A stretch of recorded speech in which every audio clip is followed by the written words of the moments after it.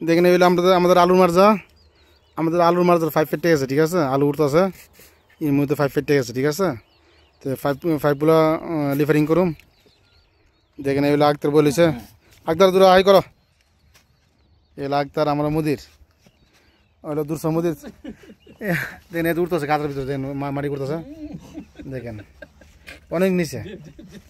এইগুলো 10 ফুট, বুঝছেন, 10 ফুট মানে 3 মিটার, 10 ফুট নিচে পাইপটা। দেখেন মানে যতটুকু গুঁড়ো হয়েছে না তার মানে আর একটা মানে 2 ডাবল করতে হইব।